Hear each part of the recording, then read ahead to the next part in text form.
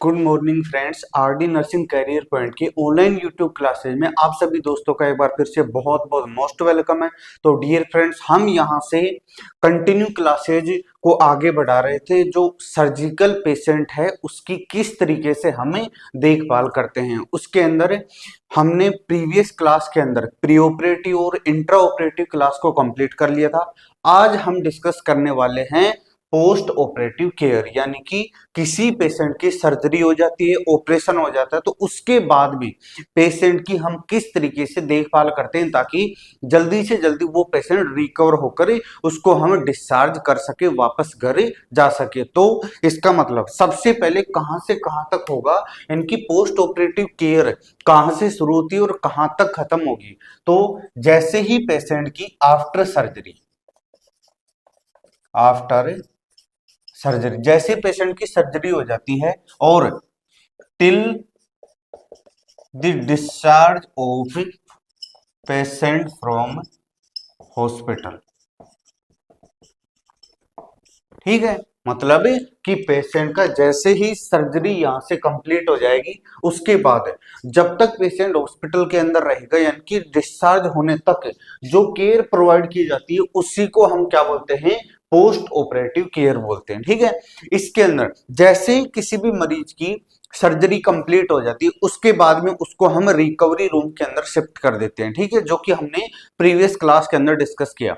अब जैसे previous recovery room के अंदर शिफ्ट करेंगे उसके बाद यहां से पोस्ट ऑपरेटिव केयर स्टार्ट हो जाती है। सबसे पहले जो पेशेंट रिकवरी रूम के अंदर आता है ना, उसके अंदर लगभग 6 घंटे तक का जो अनिस्थीसिया यानी कि जो शून्य करते हैं पेशेंट को, अचेत अवस्था के अंदर रखते हैं, उसका असर रहता है मेडिकेशन का। तो सबसे पहले हम पेशेंट को जो पोस्ट अनेस्थेटिक यूनिट है ना उसके अंदर प्रॉपर उसके वाइटल साइन वगैरह, ब्लड प्रेशर वगैरह, SpO2 वगैरह प्रॉपर क्या करेंगे, मैनेज करेंगे। यानी कि जैसे ही पेशेंट यहां से सर्जरी होकर और रिकवरी रूम के अंदर आता है तो उसके बाद में सबसे पहले हम पोस्ट अनेस्थेटिक यूनिट में पोस्ट अनेस्थेटिक यूनिट में पेशेंट का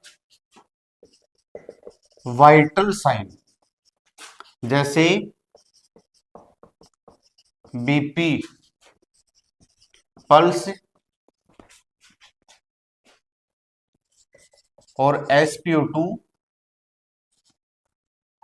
मेजर करेंगे।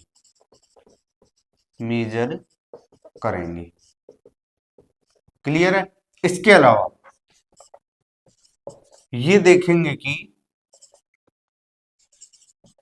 अनेस्थीसिया का इफेक्ट कितने टाइम तक रहेगा, इसको हम क्या करेंगे, मेजर करते हैं। इसके अलावा प्रॉपर पेन मैनेजमेंट, ये सबसे बड़ा कंसर्न होगा आफ्टर सर्जरी, क्योंकि पेन सबसे ज्यादा होगा, कट लगेगा। जैसे ही पेशेंट अनेस्थीसिया से रिकवर होगा तो नॉर्मल अवस्था के अंदर आएगा ना, तो उसको पेन फील होगा, तो प्रॉपर पेन मैनेजमेंट करेंगे, है ना। और यहाँ पर पेन मैनेजमेंट के लिए ओपोइड और नॉन ओपोइड ड्रग्स वगैरह हम यूज कर सकते हैं, ठीक है। इसमें इसके बाद अपन देखते हैं यहां से, ये तो हो गया जस्ट आफ्टर सर्जरी, पेशेंट जैसे ही आया वार्ड के अंदर तो आपने देखा अनेस्थीसिया का असर मतलब कितने लेवल तक है, वाइटल साइन वगैरह सभी नॉर्मल है, ठीक है। इसके बाद में प्रॉपर पेन मैनेजमेंट हो गया। इसके बाद में हम देखते हैं यहां से वुंड केयर, ठीक है ना। अब जैसे पेशेंट नॉर्मल अवस्था के अंदर हो गया, अब हम डेली रूटीन उसकी ड्रेसिंग एज पर शेड्यूल, है ना, प्रॉपर ड्रेसिंग करेंगे। वुंड केयर के लिए प्रॉपर ड्रेसिंग करेंगे और जो डिस्चार्ज हो रहा है ना, डिस्चार्ज का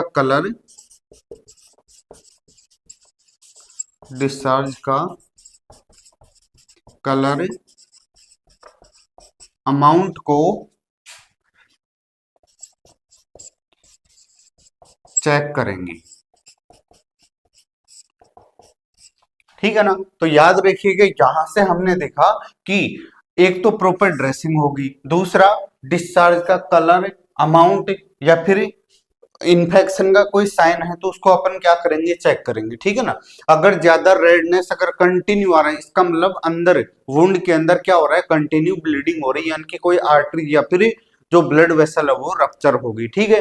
अगर येलो कलर का सब्सटेंस कंटिन्यू आ रहा है, इसका मतलब इन्फेक्शन होने के चांसेस क्या हो गई, ज्यादा हो गई, यानी कि यहाँ से ब्लड वगैरह तो नहीं है, कोई हेमरेज या फिर क्लोट वगैरह तो नहीं है, इसको अपन क्या करेंगे, प्रॉपर चेक करेंगे। तो उसके कलर के अकॉर्डिंग देख लेंगे। अगर कंटिन्यू, अगर बहुत ज्यादा अमाउंट के अंदर यदि ड्रेसिंग के दौरान अगर वुंड से डिस्चार्ज हो रहा है, तो इसका मतलब उसके अंदर इन्फेक्शन होने के चांसेस क्या होते हैं, ज्यादा होते हैं। ठीक है। इसके बाद अपन देखते हैं यहां पर मोबिलिटी, मोबिलिटी एंड एम्बुलेशन। ठीक है। इसका मतलब समझना, पेशेंट को जितना जल्दी हो सके उतना हम क्या करेंगे, मोबाइल करवाएंगे। मोबाइल का मतलब क्या होता है, चलना फिरना उसका, यानी कि फिजिकली मूवमेंट जितना जल्दी हो सके उतना शुरू करते हैं। जैसे मूवमेंट करेगा, इसकी वजह से मसल्स के अंदर क्या होगा, मूवमेंट होगा, जो भी वुंड के अंदर जो ड्रेनेज वगैरह है वो सब बाहर आएगा, वेस्ट मटेरियल जो बाहर आएगा, इसकी वजह से क्या होगा, इन्फेक्शन की रेंज कम होगी और हीलिंग प्रोसेस क्या होगी, बढ़ेगी। क्योंकि जैसे फिजिकली मूवमेंट करेगा, मसल्स के अंदर ब्लड सप्लाई क्या होगी, बढ़ेगी। जैसे ब्लड सप्लाई इंप्रूव होगी तो यहाँ से वुंड हीलिंग की प्रोसेस क्या हो जाती है, तेज हो जाती है। इसलिए जितना जल्दी हो सके पेशेंट को क्या करेंगे, एम्बुलेट करेंगे एज अर्ली एज पॉसिबल, है ना। पेशेंट को मूवमेंट करवाएंगे, मूवमेंट या फिर फिजिकली मूवमेंट करवाएंगे, करवाते हैं, है ना। इससे क्या होगा, इससे वुंड हीलिंग की प्रोसेस तेज होती है, तेज हो जाती है। क्यों तेज क्यों हो जाती है, क्योंकि यहां से ब्लड सप्लाई क्या हो जाएगा, बढ़ जाएगा। ठीक है। तो यहां से हमने देखा सबसे पहले जस्ट आफ्टर सर्जरी से और पेशेंट डिस्चार्ज होता है तब तक जो केयर होती है उसको क्या बोलते हैं, पोस्ट ऑपरेटिव केयर। इसके अंदर जैसे ही पेशेंट रिकवरी रूम में जाएगा तो हम सबसे पहले उसकी वाइटल साइन मॉनिटर करेंगे, लेवल ऑफ कॉन्शियसनेस देखेंगे। इसके अलावा पेन मैनेजमेंट से रिलेटेड हम जो भी ड्रग्स है ना, एज पर डॉक्टर प्रेस्क्रिप्शन वो एडवाइस करेंगे। इसके अलावा नेक्स्ट वन, वुंड की प्रॉपर हम ड्रेसिंग करेंगे टाइम टू टाइम, और जो भी उसके अंदर सिक्रेशन आ रहा है उसका अमाउंट, कलर वगैरह उसको हम कंटिन्यू नोटिस करते रहेंगे। इसके अलावा पेशेंट को जितना जल्दी हो सके उतना हम एम्बुलेट करवाने की कोशिश करते हैं। ठीक है। इसके बाद में अपन देखते हैं कि पेशेंट का न्यूट्रिशन, न्यूट्रिशन एंड फ्लूइड। याद रखिएगा स्पेसिफिक लगभग ऑलमोस्ट सभी, है ना, ऑलमोस्ट, सॉरी ऑलमोस्ट नहीं, as per doctor schedule, as per doctor का जो प्रेस्क्रिप्शन होता है पेशेंट को एनपीओ रखते हैं, पेशेंट को एनपीओ रखते हैं। ठीक है। नील पर ओरल। इसके बाद एनपीओ ब्रीक करने से पहले, है ना, गैग रिफ्लेक्स चेक करेंगे, गैग रिफ्लेक्स चेक करते हैं। अब ये गैग रिफ्लेक्स क्या होता है ना, इंटेस्टाइन के अंदर पेरिस्टाल्टिक मूवमेंट होता है, इसकी वजह से जो भी फूड मटेरियल आगे की तरफ बढ़ता है। तो यहां से हम समझेंगे कि अगर गैग रिफ्लेक्स प्रेजेंट है, इसका मतलब जो वो खाएगा वो आराम से निगल सकता है और आगे की तरफ इंटेस्टाइन के अंदर फूड मटेरियल स्टमक के अंदर जा सकता है। अगर गैग रिफ्लेक्स एब्सेंट होगा, इसका मतलब पेरिस्टाल्टिक मूवमेंट नहीं है, जो खाएगा ना वो नहीं निगल सकता। तो इसका मतलब अनेस्थीसिया की वजह से गैग रिफ्लेक्स चला जाता है पेशेंट का। तो जब तक गैग रिफ्लेक्स वापस से रिटर्न नहीं होगा तब तक हम पेशेंट को कुछ भी नहीं दे सकते। ठीक है। इसके अलावा यहां से हम प्रॉपर आईवी फ्लूइड, ठीक है, एडवाइस करेंगी, एडवाइस करेंगे। क्लियर है? आईवी फ्लूइड को एडवाइस किया तो इसके अकॉर्डिंग हम करते हैं, यहां से proper intake output chart maintain करेंगे। ये क्या है? आईओ, आईओ का मतलब होता है इनटेक आउटपुट चार्ट। जितना हमने आईवी ड्रिप से दिया है, ओरली जितना पेशेंट ने लिया है उतना लिक्विड, और कितना यूरिन आउटपुट हो रहा है, इन दोनों का हम प्रॉपर जितना जितना दिया है और जितना निकला है ना यूरिन के थ्रू, उसको हम प्रॉपर क्या करते हैं, डॉक्यूमेंटेशन करके पूरा मेंटेन करने की कोशिश करते हैं। ठीक है, इसके अलावा encourage high protein diet, high protein diet है ना, टू इंक्रीज वुंड हीलिंग। ठीक है, वुंड हीलिंग का मतलब होता है घाव का भरना, घाव जल्दी से जल्दी भरे, इसके लिए पेशेंट को हाई प्रोटीन डाइट यानी कि एचपीडी है ना इंप्रूव करेंगे, एनकरेज करेंगे कि जितने ज्यादा, जैसे दाल वगैरह हो गया, ठीक है ना, या फिर एग्स वगैरह होती है, पनीर हो गया, तो इसका मतलब जो हाई प्रोटीन डाइट है ना, वो पेशेंट को हम एनकरेज करेंगे कि आप जितना ज्यादा हो सके क्या करो, हाई प्रोटीन डाइट लो। ठीक है, इसके अलावा नेक्स्ट वन आता है मॉनिटर फॉर एनी कॉम्प्लिकेशन।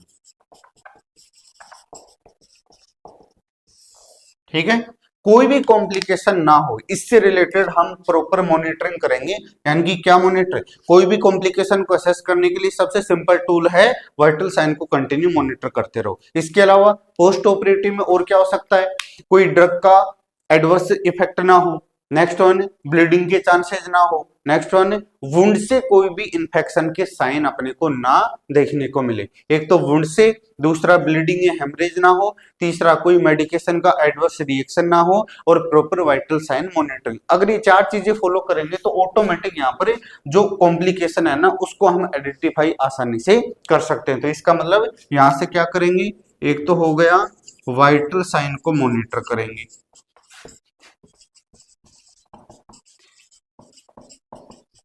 ठीक है, जिसके अंदर टीपीआर, बीपी, एसपीओ2 सारी चीजें आ जाए, temperature, pulse, respiration, BP, blood pressure, SpO2. ठीक है, इसके अलावा यहां से हम देख सकते हैं प्रॉपर वुंड केयर है ना, proper wound care. Wound care का मतलब जो भी है ना, जहां से सर्जिकल साइट हो उसकी प्रॉपर अपन केयर करेंगे, उसकी प्रॉपर ड्रेसिंग करेंगे, या फिर प्रॉपर ड्रेसिंग। ठीक है ना, नेक्स्ट वन अपन क्या कर सकते हैं, मतलब कि जो ब्लीडिंग हो रही है उसको कंटिन्यू मॉनिटर करना है ना, continue monitor any sign of bleeding, घाव से कोई भी ब्लीडिंग हो रही है तो उसके साइन को अपन क्या करेंगे, मॉनिटर करेंगे। ठीक है, इसके अलावा यहां से अपन और क्या देख सकते हैं, वुंड से कोई डिस्चार्ज हो रहा है, वुंड से, वुंड से डिस्चार्ज के कलर कोमा अमाउंट को चेक करेंगे, चेक करेंगे। ठीक है, ये हमने देखा यहां से फ्लूइड इलेक्ट्रोलाइट से रिलेटेड, यानी कि पेशेंट को प्रॉपर फ्लूइड और न्यूट्रिशन वगैरह है ना, जिससे डिहाइड्रेशन होने के चांसेस ना हो, प्रॉपर रिकवरी जल्दी से जल्दी पॉसिबल हो सके। इसके अलावा पेशेंट को कोई भी कॉम्प्लिकेशन होता है तो उससे रिलेटेड अपने को माइंड में रखना होगा कि हमें क्या करना चाहिए। ठीक है, तो यहाँ से एक तो वुंड केयर प्रॉपर होनी चाहिए जिसके अंदर असेप्टिक टेक्निक यूज होगा, इसके अलावा प्रॉपर ड्रेसिंग वगैरह, वाइटल साइन को मॉनिटर करेंगे, और जो भी अमाउंट है ना वुंड ड्रेनेज का उसको अपन क्या करेंगे, चेक करेंगे। हो गया, इसके अलावा यहां से अपन देखते हैं कि कोई भी मेडिकेशन का, कोई भी मेडिकेशन का एडवर्स इफेक्ट, चेक करेंगे।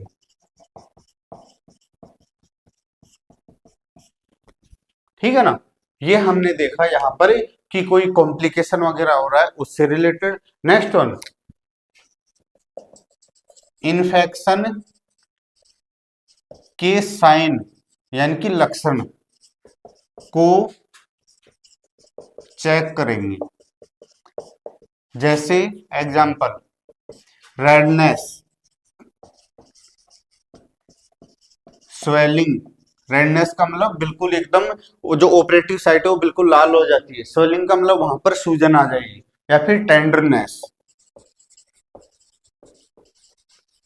और एक्सेसिव पेन, बहुत ज्यादा दर्द होगा।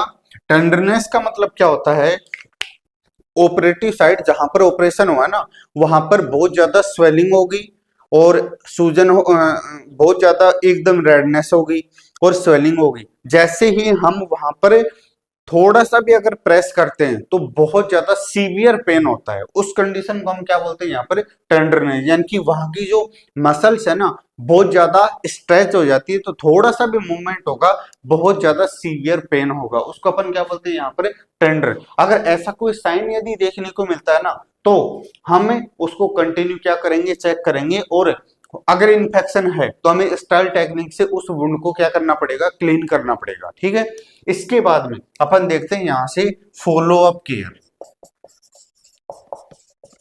फॉलो अप केयर है ना, जब ये सारी चीजें हो जाती है तो सबसे लास्ट में डॉक्टर के प्रेस्क्रिप्शन के अनुसार पेशेंट को घर पर कौन सी मेडिसिन कंटिन्यू करनी है, ड्रेसिंग कैसे करना है, कौन सी डाइट रखना है और किस तरीके से फिजिकली मूवमेंट करना पड़ेगा, इसके बारे में पेशेंट को एडवाइस करवाते हैं। अगर कोई कॉम्प्लिकेशन हो गया तो वार्ड के अंदर कब आएगा, हॉस्पिटल में कब आएगा, कहां पर ड्रेसिंग करना है, कितने दिन में ड्रेसिंग को चेंज करना है। ठीक है ना, ये सारी चीजें किसके अंदर आती हैं, फॉलो अप केयर, मतलब डिस्चार्ज के टाइम पर। ठीक है ना, पेशेंट की डिस्चार्ज की तैयारी होगी तो हमें उसको मेडिकेशन समझाएंगे प्लस में ड्रेसिंग के बारे में पूरा विस्तृत जानकारी देते हैं। वो आती है किसके अंदर, फॉलो अप केयर में। यानी कि डिस्चार्ज के समय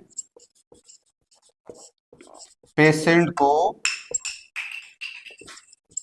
मेडिसिन के बारे में एक्सप्लेन करते हैं, एक्सप्लेन करते हैं। दूसरा, ड्रेसिंग से रिलेटेड पूरा शेड्यूल पेशेंट को समझाते हैं। ठीक है, इसके अलावा और नेक्स्ट टाइम रीविजिट है ना, दोबारा कब आना है, रीविजिट का पूरा शेड्यूल पेशेंट को बताएंगे। ठीक है, और होम केयर प्लान पेशेंट को एक्सप्लेन करेंगे,